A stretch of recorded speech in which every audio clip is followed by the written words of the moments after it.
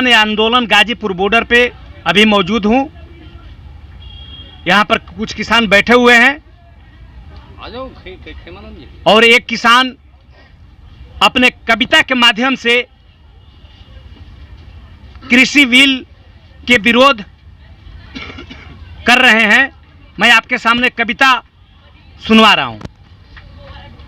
साथियों, ये जो सरकारें हैं वो चाहे भाजपा की हो चाहे किसी और की हो, ऐसी चाहे वो राज्य के हों चाहे वो केंद्र की हों, किसी भी सरकार का वक्त ऐसा नहीं गुजरा है जहां अपने अधिकारों के लिए बात उठाने वाले लोगों के ऊपर लाठी गोली ना चली हो या जेल ना गए हों। और अपनी राज सत्ता को बनाए रखने के लिए ये जातीय दंगे और धार्मिक दंगे भी इस देश के अंदर करवाते हैं और जिसमें के नाम पे हज़ारों हजार लोगों को जेल में डाल देते हैं और कहीं कहीं पुलिस जो है वो गोलियां भी चलाती है शांति के नाम पे और गोलियों से लोग मारे जाते हैं। इसका मतलब मैं ये समझता हूँ कि ये जो शासन करने वाले हैं, शासक हैं, जो इस देश की जनता को लूट के अपना पेट भरते हैं, वो इस मेहनत का समाज को, किसान को, मजदूर को, इनको, इस समाज को ये कत्लगाह समझते हैं, शमशान समझते हैं। इसी पे मैंने ये कविता एक लिखी है जो मैं आपके सामने पेश कर रहा हूँ। जिसे शमशान तुमने समझा, जिसे शमशान तुमने समझा, ये बाग है हमारा। समझा है जिसको दुर्बल, ये काल है तुम्हारा। समझा है जिसको दुर्बल, ये काल है तुम्हारा। मोहब्बत से हमने जोड़ा, नफरत से तुमने तोड़ा। मोहब्बत से हमने जोड़ा, नफरत से तुमने तोड़ा। नफरत की आग लगाना, नफरत की आग लगाना, इतिहास है तुम्हारा। नफरत की आग लगाना, इतिहास है तुम्हारा। समझा है जिसको दुर्बल, ये काल है तुम्हारा।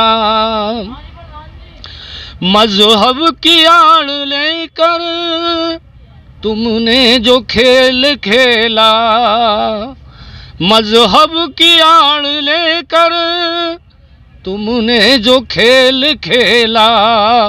समझे हैं लोग अब तो, समझे हैं लोग अब तो, ये जाल है तुम्हारा।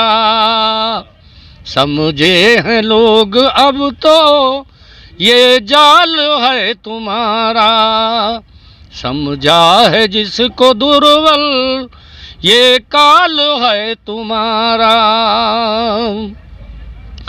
तुम तो लगाते आग, हम फेंकते हैं पानी। तुम तो लगाते आग, हम फेंकते हैं पानी।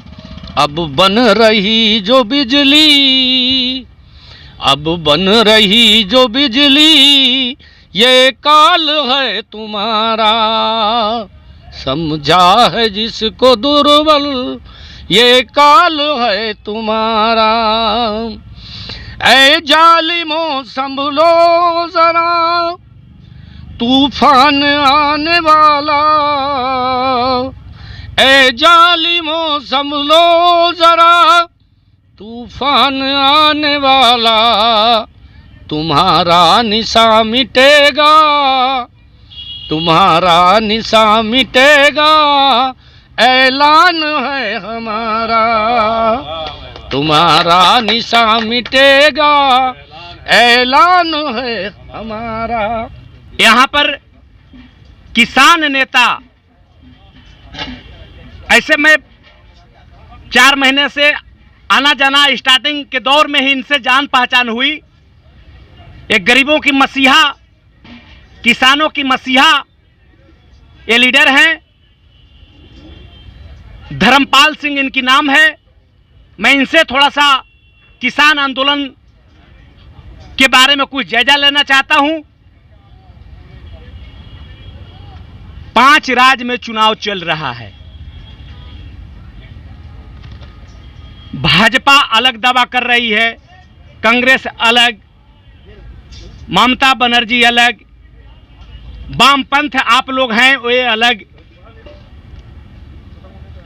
आखिर क्या होगा बंगाल में?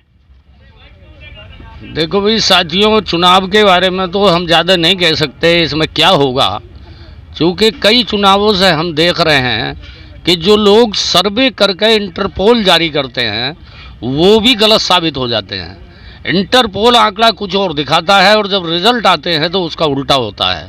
तो इन चुनावों के बारे में मैं पैवेजले से कोई भविष्यवाणी करूं, ये जो है मेरे लिए अच्छा नहीं होगा, क्योंकि हम लोग जो हैं वो जो भी बात कहते हैं वो सूझबूझ के साथ, समझ के साथ और सच्ची बात कहते हैं। हमें झूठी बात कहने से परहेज है। अच्छा, एक और बात जो पीछे मैं कह चुका, चुनाव 5 राज्य में चल रहा है। इस चुनाव से अगर भाजपा बंगाल में आ जाता है तो इससे आप लोगों के कोई आंदोलन पे क्षति नहीं पहुंचेगी? देखिए, हमारा मानना ये है कि आंदोलन पे इसका कोई नुकसान नहीं पहुंचेगा। चुनाव से आंदोलन का कोई वास्ता नहीं है। इतना ज़रूर है कि उसको एक लॉजिक मिल जाएगा भाजपा को कहने के लिए और भाजपा परस्त मीडिया को कहने के लिए कि भाई अगर किसान और मजदूर सरकार से नाराज़ होता, किसान मजदूर भाजपा से नाराज़ होता, तो हम बंगाल में सरकार कैसे बना लेते, कैसे जीत जाते। इसके अलावा कोई फ़र्क नहीं पड़ता।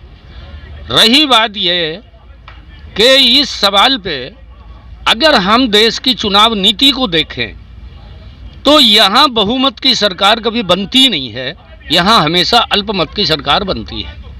हमारी जो चुनाव नीति है उसके अंदर ये कमी है कि वो बहुमत के आधार पे प्रतिनिधि नहीं चुने जाते, बल्कि वो लड़ने वालों में सबसे ज़्यादा वोट जिसका मिलता है उसको प्रतिनिधि माना जाता है।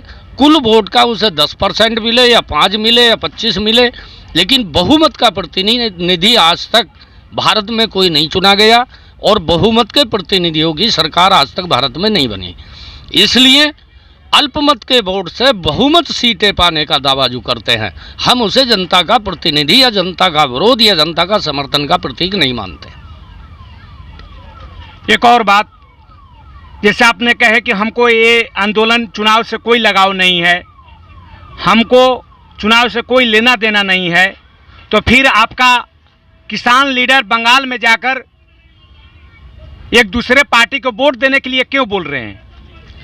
देखिए साथियों, जब लड़ाई होती है तो दुश्मन को कमज़ोर करने के लिए हर हथकंडा, हर पॉइंट अपनाया जाता है। इसलिए किसान नेताओं ने तय किया कि हम 4 महीने से, लगभग 4 महीने से क्या 1 साल होने को चल दिया, जो 10 जून से ये आंदोलन शुरू हुआ, 5 जून 2020 को इन्होंने ये बिल पास किए। 1 साल लड़ाई को होने जा रहा है और ये सरकार जो है तमाम देश के किसानों की आवाज़ सुनने को तैयार नहीं है। इसलिए उसको कमज़ोर करने के लिए, लोगों, किसानों को और मज़दूरों को ये बताने के लिए कि इसका चरित्र क्या है, इसके झांसे में मत आना, ये बताने के लिए वहाँ गए।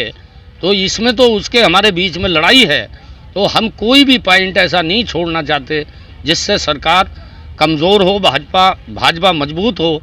और अपनी ताकत को मजबूत करने के लिए हम पूरे देश के अंदर पंचायतें कर रहे हैं।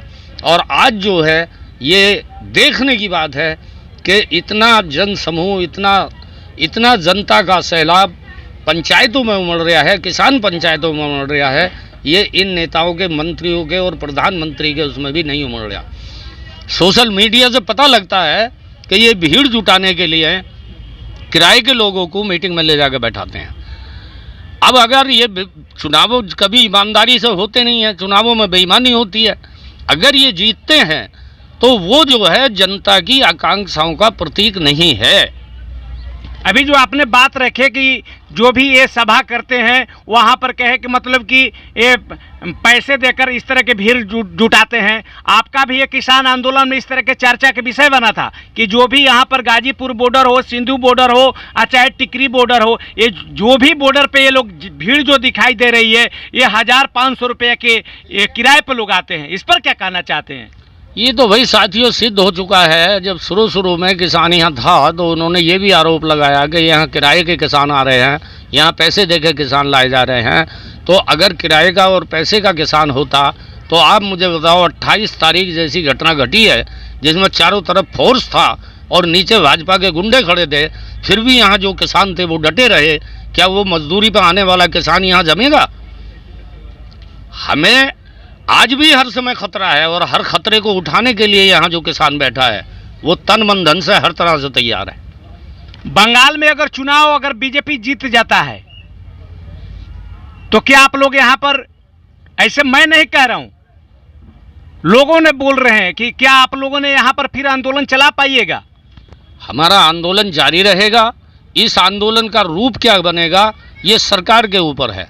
अगर सरकार यहाँ तगड़ा दमन करती है, सरकार यहाँ लोगों को मारती है, गोली चलवाती है या गिरफ्तार करके जेल भेजते हैं, तो आंदोलन का रूप फिर दूसरा होगा।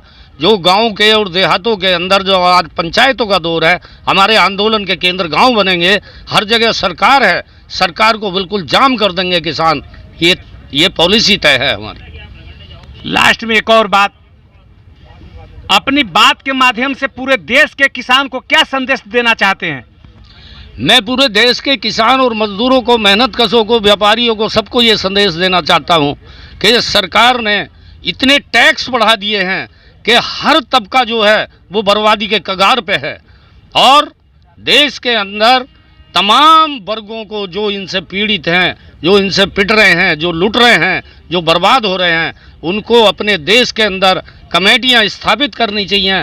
और कहीं भी जनता के किसी भी तबके पे अगर सरकार दमन करती है तो हर जगह उसके विरोध में सरकारी दफ्तरों का घेराव होना चाहिए। यही मैं संदेश देना चाहता हूँ। धन्यवाद।